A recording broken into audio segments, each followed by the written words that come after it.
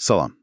Bugün Ceylan Momoğlu'nun sosyal medyada paylaşdığı bəzi çox maraqlı videolara toxunacaq. Əlimizdə məsələn münasibətlərdəki o təhlükə siqnalları var. Sonra hamımızın bəzən yaşadığı ilişib qalma hissi, bilirsiniz, keçmişi buraxa bilməmək və təbii ki, ayrılıq sonrası həyata necə davam etmək. Bu mövzularda qısa amma, yəni dərin fikirlər var. Gəlin birlikdə baxaq, görək bu mənbələrdən sizin üçün ən vacib, ən praktik məqamları necə çıxara bilərik. Məqsəd, belə deyək, çətin emosional vəziyyətlərdə bəlkə biraz yol göstərməkdir. Başlayaq elə o məşhur qırmızı bayraq cümlələrdən, yəni ünsiyyətdəki təhlükəli məqamlardan. Elə ifadələr var ki, eşidəndə normal gəlir, amma əslində alt mənası fərqlidir. Məsələn, çox klassik bir şey. Mən sadəcə həqiqəti deyirəm. Bu çox vaxt nə deməkdir əslində? Kobudluğu sən ki, bir dürüstlük pərdəsi altına gizlətmək cəhdidir, elə deyilmi? Hə, tamamilə və ya niyə inciyirsən ki, mən zarafat elədim axı? Aha, bu da çox yayılıb. Amma əgər qarşı tərəfə gülməli deyilsə, incitmək potensialı varsa, bu artıq zarafat deyil, bu şeydir, gizli bir tənqid, biraz aşağılama ola bilər.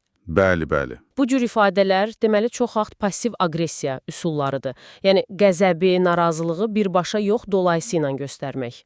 Və ya manipulyasiya cəhdləri. Məsələn, mən bilərək etmədim deyən adam əslində öz hərəkətinin məsuliyyətindən yayınır. Düzdür. Və ya sən hər şeyi şişirdirsən, çətinləşdirirsən. Bu nə deməkdir? Sənin hisslərin mənim vecimə deyil deməkdir əslində. Çox acı. Yaxud o məşhur, məni buna sən vadar etdin. Yəni məsuliyyəti tamamilə sənin üstünə atmaq. Bunlarla qarşılaşanda bir an dayanıb düşünməyə dəyər həqiqətən. Bu məsuliyyətdən qaçmaq, hissləri yox saymaq, bu bizi bəzən o qəribə ilişib qalma hissinə gətirir. Videolarda da toxunulur buna. Bilirsiniz necə? Sanki depressiyadasan, amma tam da deyil. Hərəkət etməyə həvəs yoxdur, amma heç nə də sevindirmir. Bu nədir belə? Hə, çox adam yaşayır bunu. Mənbələrdə deyilir ki, bu çox vaxt, yəni qeyri-müəyyənliklə bağlı olur. Nə olacağını bilməyəndə. Məsələn, bu iş nə olacaq? Münasibət hara gedir? Beyin sanki donur. Tam olaraq, psixologiyada buna keçid zonasındakı donma halı deyilir. Keçid zonası, maraqlı termindir. Bəli, sanki keçmiş bitib, amma gələcək hələ başlamayıb. Ortada bir boşluq. Və bu boşluq, bu qeyri-müəyyənlik. Bax, beyin bunu heç sevmir. Qeyri-müəyyənliyi real bir təhlükə kimi qəbul edir. Deməli, fiziki yorğunluğa da səbəb olur. Bəli, çünki beyin daim təhlükə siqnalları göndərir. Stres hormonları ifraz olunur. Bu da enerjini tükəndirir. Bu vəziyyət depressiya deyil, daha çox necə deyim, keçmişlə gələcək arasında bir blokajdır. Belə olanda özünü məcbur etmək ki, nəsə eləməlisən, çox vaxt işə yaramır. Əksinə, kiçik, amma stabil şeylər tapmaq lazımdır. Məsələn, hər səhər 5 dəqiqə musiqiyə qulaq asmaq, qısa bir gəzinti. Anladım. Kiçik dayaq nöqtələri kimi. Bəli, bəli, kiçik rituallar. Bu, ilişib qalma təkcə gələcəklə bağlı deyil axı. Bəzən də keçmişlə bağlıdır. Keçmiş incidiklər. Videolardan birində deyilir ki, bəzən bağışladım deyirik, amma içimizdə hələ də gözləyirik. Gözləyirik ki, o adam gəlsin, üzr istəsin. Sanki o üzr gəlməsə, nəsə yarımçıq qalacaq. Bu çox dərin bir məqamdır və bu zəiflik deyil əslində. Bu, içimizdəki o ədalət hissinin, haqqın bərpası ümidinin təzahürüdür. Anlaşılmaq istəyirik. Amma reallıq nədir? Reallıq odur ki, o üzr, o anlayış bəlkə də heç vaxt gəlməyəcək. Acı da olsa. Acı da olsa, belədir. Və bu gözlənti bizi keçmişə bağlayır, irəli getməyə qoymur. Əsas məsələ nədir? Qəbul etmək. Qəbul etmək ki, o insandan və ya o vəziyyətdən sənə lazım olanı, o təsəllini, o üzrü ala bilməyəcəksən artıq. Bu çox çətin qəbuldama.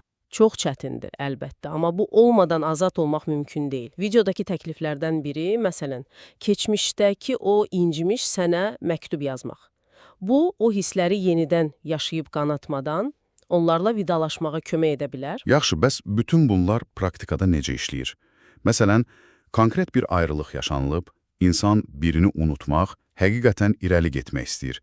Mənbələrdə bunun üçün çox konkret, demək olar ki, addım-addım bir yol göstərilir. 3 addım. Birincisi karantin, yəni o insanla hər cür əlaqəni kəsmək.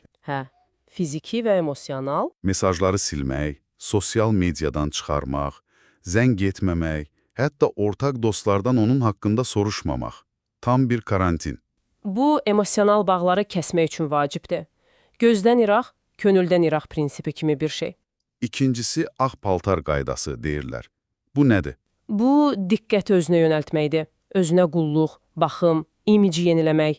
Yəni, özünü yaxşı hiss etməsən belə, güzgüyə baxanda mən güclüyəm, mən dəyərliyəm mesajını özünə vermək. Özünə yatırım etmək kimi. Bəli. Üçüncüsü də citadel, yəni qala qaydası. Qala. Maraqlıdır. Hə, yəni zehnini yeni, maraqlı şeylərlə doldurmaq, yeni bir qala qurmaq kimi. Yeni hobbi, yeni bacarıqlar, kitablar, kurslar, idman. Diqqəti tamamilə yeni və pozitiv bir şeyə yönəltmək. Hətta Beethoven misalı çəkilir deyəsən. Uğursuz sevgidən sonra ay sonatasını yazması. Bəli, kədəri yaradıcılığa çevirmək. Bu da bir sitadeldir. Ağrını faydalı enerjiyə çevirmək. Deməli, bu üç addımın məntiqi nədir? Karantinlə bağı kəsirik, Ağ paltarla öz dəyərimizi bərpa edirik. sitatellə də zehnimizi yeni hədəflərə yönəldirik. Tam olaraq, bu sadəcə baş qatmaq deyil, şuurlu bir yenidən qurma prosesidir. Keçmişin təsirindən çıxmaq üçün çox effektiv bir yoldur. Beləliklə, bugün Ceylan Mumoğlu'nun videolarından ilhamlanaraq zərərli ünsiyyət formalarını tanıdıq. O, ilişib qalma hissini, qeyri-müəyyənliyin təsirini anlamağa çalışdıq. Keçmiş incikliklərdən necə qurtulmaq olar, onu müzakirə etdik və ayrılıq sonrası üçün konkret addımlara baxdıq. Bəli, bütün bu mövzuların ortaq bir cəhəti var məncə. O da öz emosional hekayəmizin kontrolunu, yəni nəzarətini yenidən əl almaqdır. Bu nə deməkdir?